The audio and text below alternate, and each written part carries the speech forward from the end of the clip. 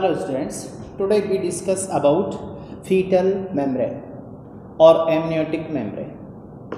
Of course fetal membrane तो समझ में आता है कि भी फीटस की मेम्ब्रेन्स हों, fetal membrane, but also called amniotic membrane. इनको अपन amniotic membranes क्यों कहते हैं? fetal membrane तो समझ आ गया, ऐसी मेम्ब्रेन जो फीटस को सराउंड करेगी, फीटस को घेरेगी, so called foetal membrane. And amniotic membrane जो नाम आता है वो आता है कौन से फीटस को घेरती है, किस एनिमल के फीटस को सराउंड करती है. तो फीटल मेम्ब्रेन के बेस पे यदि अपन बात करें तो एनिमल के दो ग्रुप फीटल मेम्ब्रेन के बेस पे, एमनियोटा और दूसरा एमनियोटा. एमनियोटा देखिए यहां अपन ने वर्ड यूज किया एमनियोन. तो ये जो एमनियोटिक मेम्ब्रेन मींस ऐसे एनिमल जिनमें ये मेम्ब्रेन प्रेजेंट है. तो एमनियोटा एक ग्रुप है और ये जो ग्रुप है इस ग्रुप की अपन बात करें तो ये तीन एनिमल्स होते हैं कॉर्डेट. एक तो रेप्टाइल, बर्ड्स एंड मैन. इन तीन को, रेप्टाइल को, बर्ड्स को, मैमल को एमनियोटा नाम क्यों देते हैं? एमनियोटा इसलिए देते हैं इन तीनों एनिमल के फीटस में फीटल मेम्ब्रेन्स प्रेजेंट होती है, सो कॉल्ड एमनियोटा. आवाज में एमनियोटा का मतलब क्या है? ऐसे एनिमल जिनमें फीटल मेम्ब्रेन प्रेजेंट है. और वो फीटल मेम्ब्रेन किन में प्रेजेंट होती है? इन तीनों में, रेप्टाइल, बर्ड, मैमल में, इसलिए इनको एमनियोटा कहते हैं. रिमेनिंग कॉर्डेट जैसे फिशिज, इवन अपन और थोड़ा सा पहले चले जाएं तो साइक्लोस्टोमेटा, कॉर्डेट अपन पढ़ेंगे तब इस पर डिटेल स्टडी करेंगे. साइक्लोस्टोमेटा एक्चुअल में कॉर्डेटा को दो ग्रुप में बांटते हैं. एक नाम आता है ये जो साइक्लोस्टोमेटा है, तो साइक्लोस्टोमेटा में एक्चुअल में जो जॉ होता है, जॉ के बेस पे एग्नेथा एंड ग्नेथा नाम आ रहा है ना, अजीब सा लग रहा है. Agnatha and gnatha, gnatha means jaw. तो जिन एनिमल में जॉ प्रेजेंट होता है उनको ग्नेथा, और जिनमें नहीं होता वो एग्नेथा. तो साइक्लोस्टोमेटा में कौन सी मछलियां आती है, कौन सी फिशेज आती हैं जिनमें जॉ नहीं होता, लोअर जॉ एब्सेंट होता है? तो देखा वो कुछ मछलियां ऐसे राउंडेड माउथ की होती हैं. Rounded means Cyclostomata, lamprey hagfish. तो साइक्लोस्टोमेटा. इसके बाद में फिशेज एंड एम्फीबिया. तो इन तीन एनिमल में फीटल मेम्ब्रेन्स नहीं है, इसलिए इनका ग्रुप क्या कहलाया? एमनियोटा, मतलब इसमें फीटल मेम्ब्रेन्स नहीं है. तो फीटल मेम्ब्रेन जिन एनिमल में प्रेजेंट होती है उनको एमनियोटा नाम देंगे. वो कौन से ग्रुप है? तीन, रेप्टाइल, बर्ड एंड मैमल. अब ये फीटल मेम्ब्रेन क्या होती है इससे पहले अपन ने कवर किया था. देखिए एक्चुअल में ये जो फीटल मेम्ब्रेन है वो कौन सा पार्ट बनाता है? फीटस तो किससे डेवलप हो गया था? From ectoderm, mesoderm and endoderm. Means जैसे ये मान लीजिए फीटस, फीटल बॉडी डेवलप और ये फीटस डेवलप, ये फीटस का हेड रीजन और ये टेल रीजन. तो इसका फॉर्मेशन तो किससे हुआ? एक्टो, मेसो, एंडो, तीनों जर्मिनल लेयर ने क्या बना दिया? फीटस. अब इस फीटस माने ब्रूड एम्ब्रियो, इसको अब इसके बाहर जो रिमेनिंग पार्ट वो बनाता है मेम्ब्रेन्स, और ये मेम्ब्रेन्स रेप्टाइल, बर्ड, मैमल में प्रेजेंट होती है. तो अब इस फीटस के चारों तरफ देखिए कौन कौन सी मेम्ब्रेन्स होती है. सबसे पहले अपन इसमें देखें एक सैक लाइक स्ट्रक्चर होता है, this is yolk sac, this one is the yolk sac. और दूसरा एक और सैक लाइक स्ट्रक्चर है, दिस इज एलेंटोइस। एलेंटोइस के अलावा रिमेनिंग अपन बात करें तो ये जो डोम लाइक स्ट्रक्चर है, ये डोम लाइक स्ट्रक्चर एमनियन, एमनियन, और इसको सराउंड करने वाला जो एरिया है ये, इसको बोलते हैं कोरियन। तो देखिए ये तो एम्ब्रियो है, this one is the embryo, embryonic body, fetal development हो गया। अब इसको सराउंड करने वाली जो मेम्ब्रेन्स है उनको नाम देते हैं फीटल मेम्ब्रेन। अब इन फीटल मेम्ब्रेन का जो फॉर्मेशन हुआ था, इससे पहले वाला जो डायग्राम था वो देखिए, इसमें अपन ने कहा था इसके नीचे मीन्स एम्ब्रियो के बाहर एक लेयर थी एक्स्ट्रा एम्ब्रियोनिक मीजोडर्म। क्या नाम था इसका? Extra embryonic mesoderm. और ये एक्स्ट्रा एम्ब्रियोनिक मीजोडर्म ये थी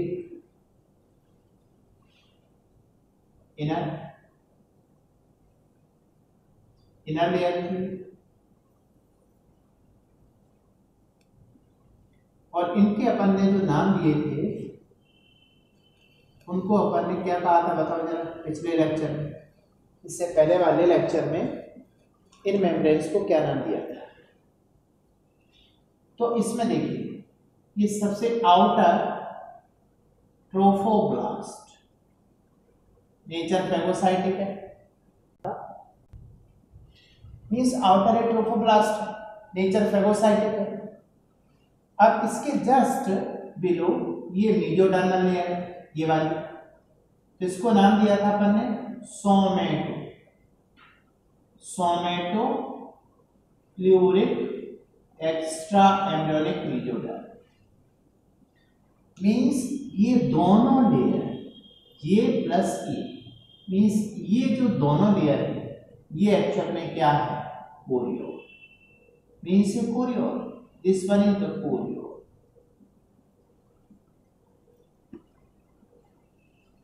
तो देखिए इससे रिलेटेड क्वेश्चंस क्या बनेंगे कोरियोन को।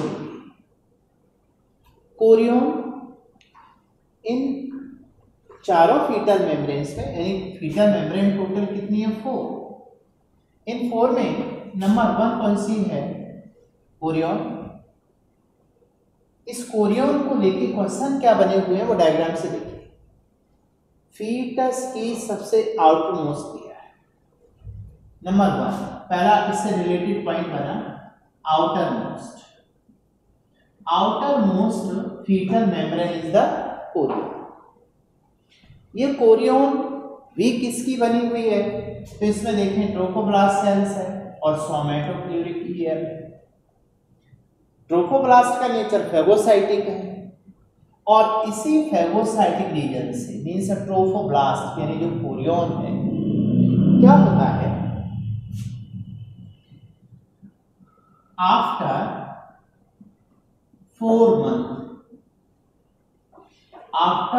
month ऑफ फर्टिलाइजेशन, यानी फर्टिलाइजेशन के 4 महीने बाद क्या होता है? 4 महीने पहले क्या था? ये जो कोरियोन है, इस कोरियोन पर इस तरह के बहुत सारे क्या प्रेजेंट होते हैं? बिलाई। These are called chorionic villi. इनको कोरियोनिक बिलाई बोलते हैं।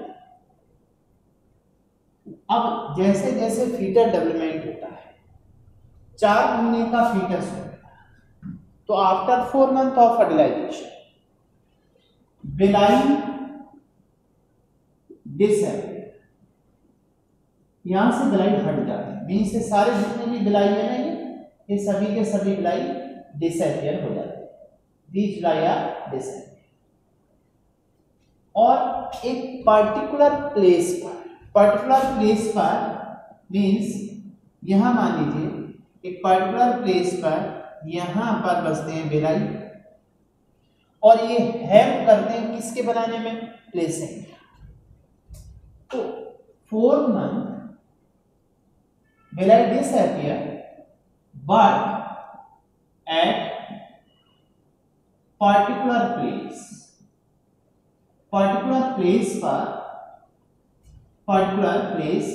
बेलाई form disc and helps in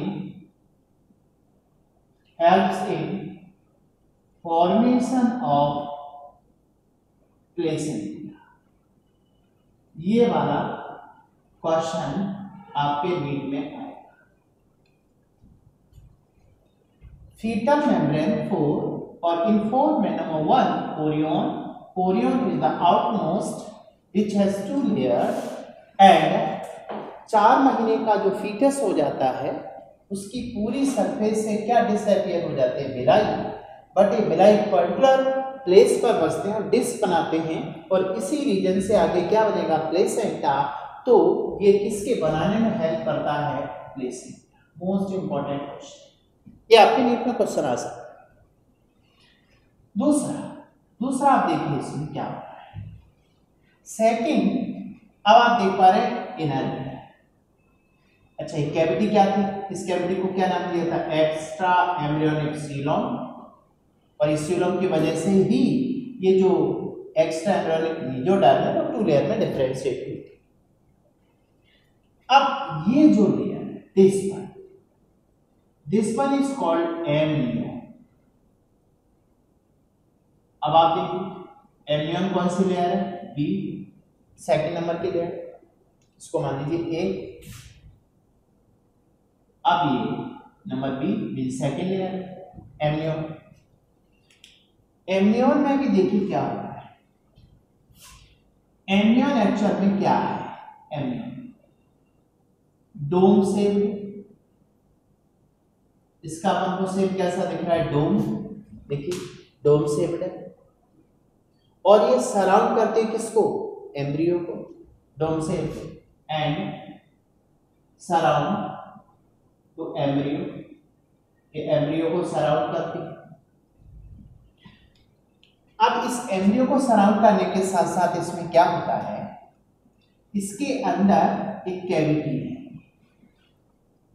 और इस कैविटी को क्या कहते हैं, देखिए एम्ब्रियो था, इससे पहले वाले डायग्राम में 3 जन्म में अंदर एक्टोडर्म, मेसोडर्म, एंडोडर्म, उसके बाद में ये एम्नियोजेनिक सेल्स, ये सेकेंड यॉर्क सेल। उसके बाद अपन ने कहा था कि इस पर जो एक्स्ट्रा एम्ब्रियोनिक मेसोडर्म है वो स्प्लिट ऑफ हो जाती है, और इसके बाहर ये ट्रोफोब्लास्ट। एक्चुअल में ये डायग्राम था, इससे पहले ये डायग्राम था।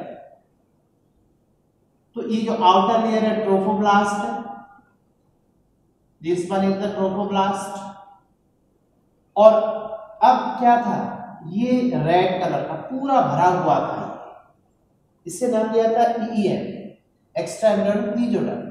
अब इसके बीच में क्या डेवलप हो गई, ये एक्स्ट्रा एम्ब्रियोनिक सीलोम। तो सीलोम के डेवलप होने से क्या हुआ कि 2 लेयर में बटे, आउटर लेयर सोमेटो प्लूरिकियम और इनर लेयर को स्प्लेंक्नो प्लूरिकियम नाम दिया था। ये embryonic cavity and this is the yolk sac, second yolk sac. ये पूरा एम्ब्रियो है, देखिए ये वाला रीजन एम्ब्रियो डेवलप हुआ है। तो इन तीनों लेयर से एम्ब्रियो डेवलप हो गया। एम्ब्रियोनिक कैविटी थोड़ा सा फुल्ली एक्सपेंड हो गई। अब इस एम्ब्रियोनिक कैविटी में देखिए ये कौन सी लेयर्स होंगी, एम्ब्रियोनिक कैविटी में ये वाली, this one is the amniogenic cell, amniogenic cell है, और इसके बाहर ये कौन सी है,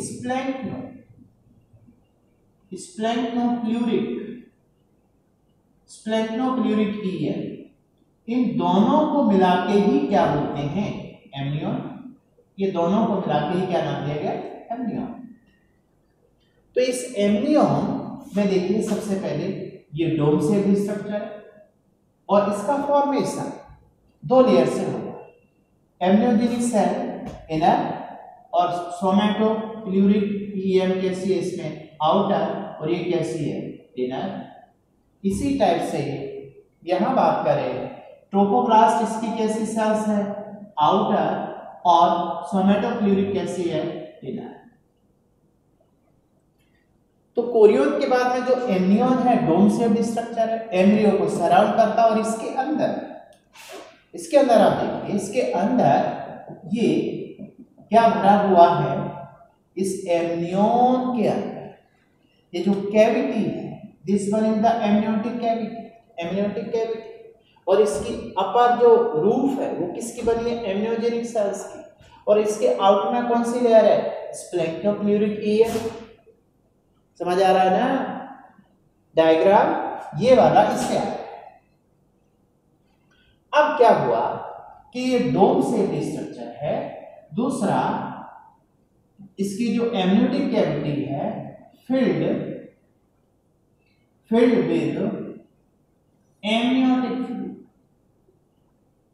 एमनियोटिक फ्लूइड से भरी हुई है इसकी कैविटी। इसके अंदर कौन सा फ्लूइड है, एमनियोटिक फ्लूइड।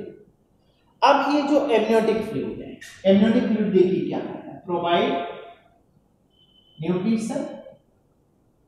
ये बच्चे को न्यूट्रिशन मींस जो फीटस है ये इस एमनियोटिक फ्लूइड को पी लेता है, तो इस बच्चे को एक्चुअल में न्यूट्रिशन के साथ साथ इसका डाइजेशन प्रॉपर रहता है।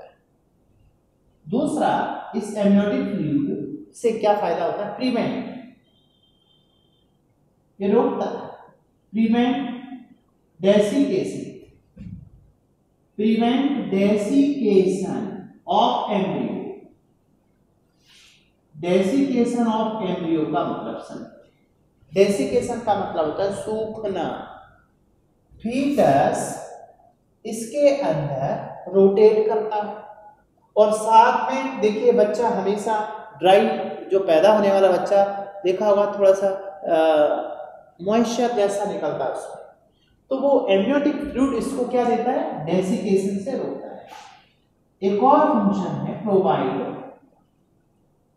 Space for rotation of embryo.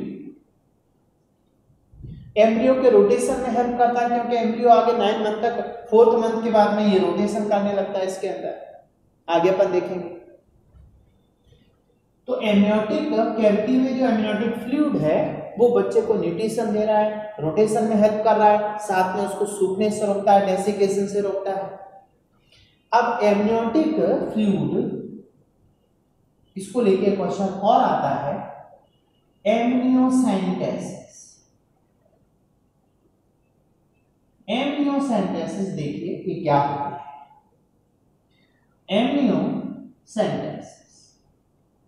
Amniocentesis पे पहला क्वेश्चन ये बना, क्या होता है, तो histological examination of amniotic fluid. Histological examination of amniotic fluid, तो इसमें क्या करते हैं अपन, जैसे मैटरनल ये एब्डोमेन, यहां से एक बड़ा इंजेक्शन, इस इंजेक्शन के थ्रू क्या निकालते हैं, एमनियोटिक फ्लूइड, और उसकी जांच करते हैं कि उसमें क्या है, हिस्टोलॉजिकली सेल्स लेवल पे इसकी जांच करते हैं। This is called histological examination. तो हिस्टोलॉजिकल एग्जामिनेशन से क्या मिलता है, ये आया क्वेश्चन नीट में। तो process by which histological examination of amniotic fluid is called amniocentesis, क्योंकि एमनियन के अंदर एमनियोटिक फ्लूइड है। तो एमनियोसेंटेसिस में देखिए क्या होता है, पहला क्वेश्चन ये बड़ा, ये कब की जाती है? ये की जाती है थर्ड ट्राइमेस्टर, मीन्स लगभग 12 to 14 वीक। ये क्वेश्चन आया हुआ है नीट, 12 to 14 वीक, 12 से 14 वीक के बीच में इसे कर लेना चाहिए। और एमनियोसेंटेसिस से अपने को क्या पता लगता है हिस्टोलॉजिकल एग्जामिनेशन से? तो देखिए इससे क्या कर सकते हैं। पहला, determine the sex of embryo, determine the sex of embryo. कैसे? इस एमनियोटिक फ्लूइड में एक्चुअल में सेक्स डिटर्मिनेशन में जो यूज होती है वो होती है बार बॉडी। बार बॉडी का मतलब inactive x chromosome. Inactive x chromosome generally देखिए फीमेल में डबल एक्स होता है, यदि ये वाला कॉम्पोजिशन ले रहा है तो ये जो बार बॉडी को अपन कैसे निकालते हैं? बार बॉडी का जो नंबर है वो x-1। बार बॉडी का नंबर कैसे निकालते हैं? x-1। तो अब इस फॉर्मूले को यहां अप्लाई कीजिए, तो 2x-1 = 1। तो फीमेल के केस में कितनी बार बॉडी है? 1, नॉर्मल फीमेल है। यदि मान लीजिए कोई अच्छा मेल है XY, तो इसमें 0 बार बॉडी है। ये नॉर्मल केस है, ये मेल का केस है और ये फीमेल का केस है। अब मान के चलो दूसरा, इससे पहला सेक्स डिटरमाइन हुआ। Second importance of the amniocentesis is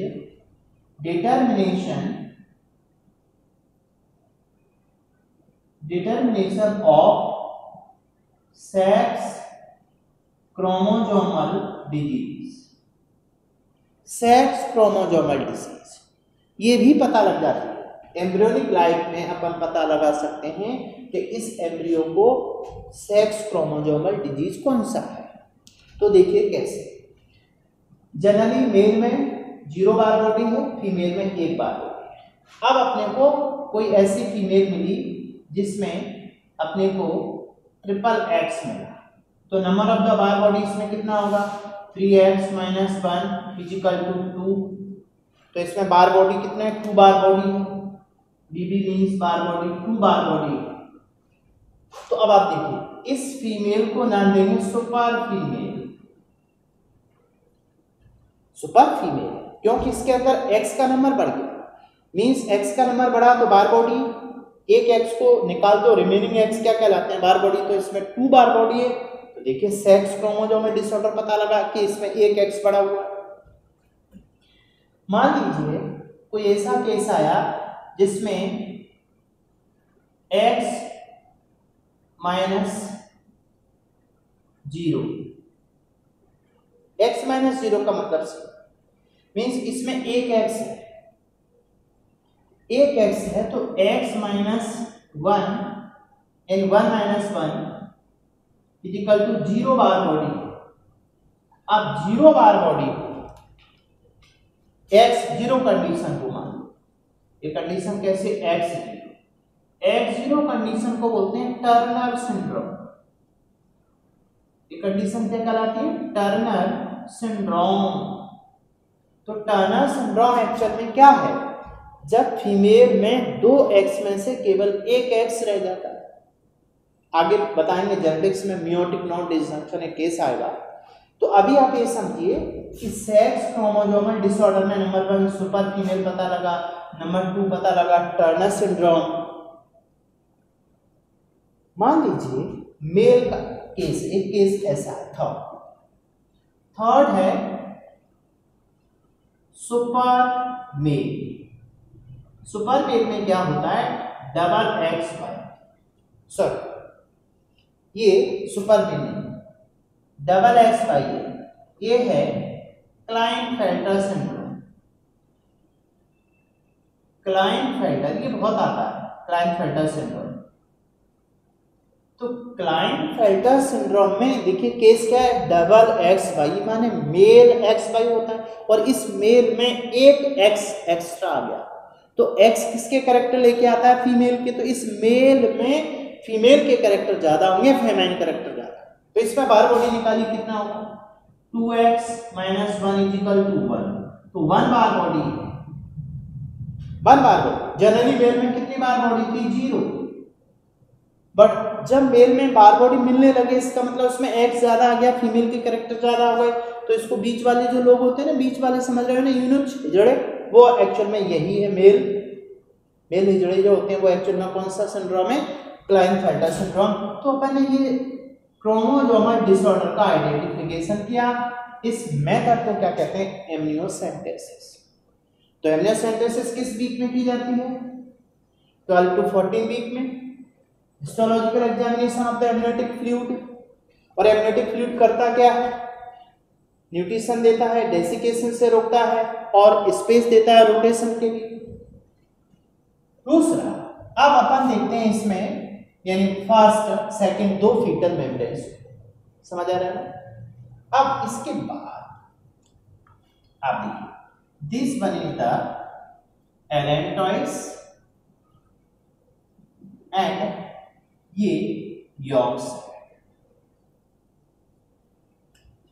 अब ये जो मान लीजिए, ये थर्ड नंबर की फीटल मेम्ब्रेन मीन सी, और ये फीटल मेम्ब्रेन है D means 4। Total number of the foetal membrane कितनी होती है, 4 में 1 is the chorion, second one is the amnion, third is the allantois. Allantois देखिए क्या करता है, ये एलेंटॉइस का स्ट्रक्चर, एलेंटॉइस का स्ट्रक्चर देखिए क्या है, किसका बना है। तो एलेंटॉइस में आउटर लेयर क्या है इसकी, आउटर लेयर स्प्लेंक्नोप्लूरिक ईएम, स्प्लेंक्नोप्लूरिक ईएम, देखिए डायग्राम ये वाला। और इनर लेयर, इसकी इनर जो boundary, inner is endodermal layer है। ये दो लेयर्स का बना हुआ है एलेंटॉइस। और एलेंटॉइस का जो फंक्शन है वो देखिए क्या है, इसका फंक्शन है प्रोवाइड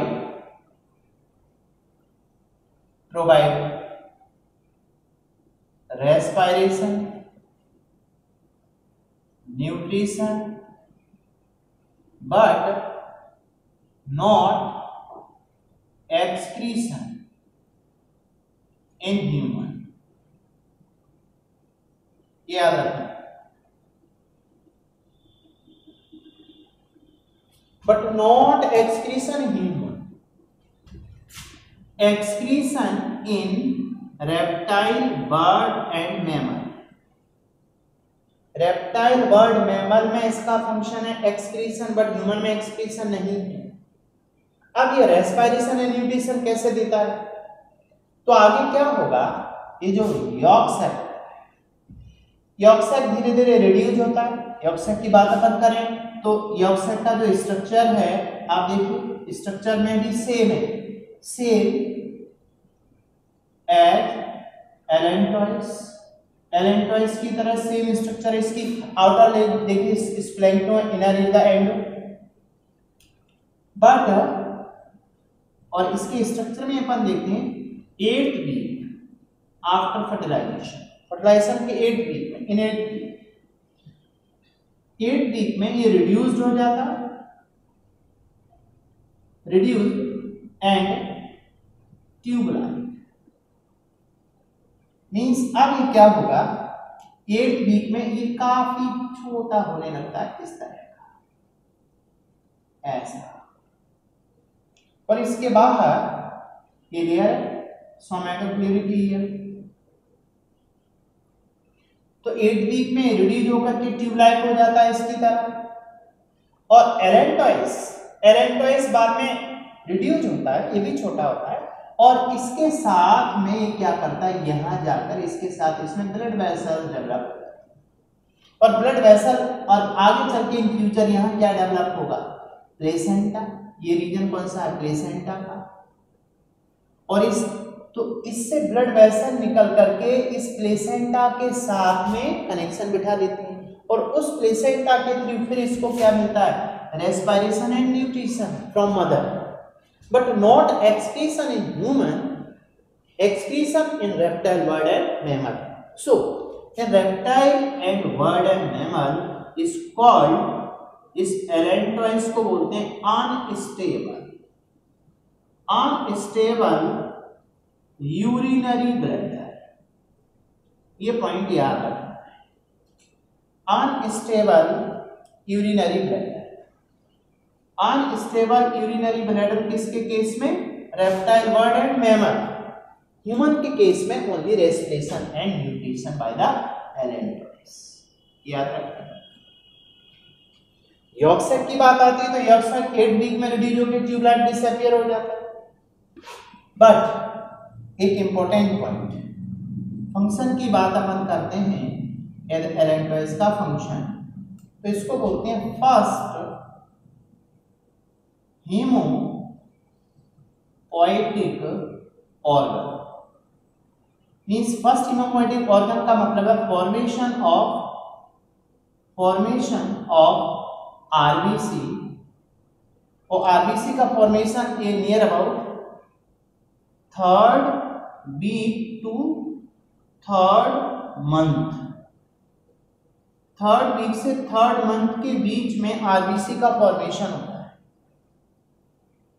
फीटस जब 3rd वीक से 3rd मंथ का, उस ड्यूरेशन में आरबीसी कहाँ बनता है, इस यॉर्क सेट में। तो इसको अपन नाम देते हैं क्या नाम देंगे, first haemopoietic organ. Haemo means blood, poiesis means formation, so called haemopoietic organ. तो अब आप देखिए, this is about foetal membrane. तो फीटल मेम्ब्रेन एक्चुअल में, फीटल मेम्ब्रेन वो मेम्ब्रेन्स होती हैं जो इस फीटस के बाहर होती हैं। फीटस का डेवलपमेंट होता है 3 जर्मिनल लेयर से, रिमेनिंग पार्ट बनाता है फीटल मेम्ब्रेन्स, और उन फीटल मेम्ब्रेन्स में first is the Korean. Korean के लिए डायरेक्ट याद रखिए, ये आउटमोस्ट होती है और क्या बनाती है, प्लेसेंटा। दूसरा एम्नियन, ये डोम शेप्ड होती है, और इसके अंदर एम्नियोटिक फ्लूइड की जांच का नाम एम्नियोसेंटेसिस कहलाता है। Third is the allantois. Allantois का फंक्शन है respiration and nutrition in human, not excretion but excretion in the reptile, bird and mammal, so it is called unstable urinary bladder, unstable urinary bladder. York set gradually embryonic life में ही disappear होने लगता है 8 week में, उसके बाद में tubelight हो जाता है, और ट्यूबलाइट होने के साथ साथ में इसमें से फिर क्या होता है, इसका जो फंक्शन है फर्स्ट हीमोपोएटिक ऑर्गन, और आरबीसी का फॉर्मेशन इसमें 3rd week to 3rd month होता है। इतना याद रखिए, इसमें क्वेश्चन क्लियर हो जाएगा। ओके।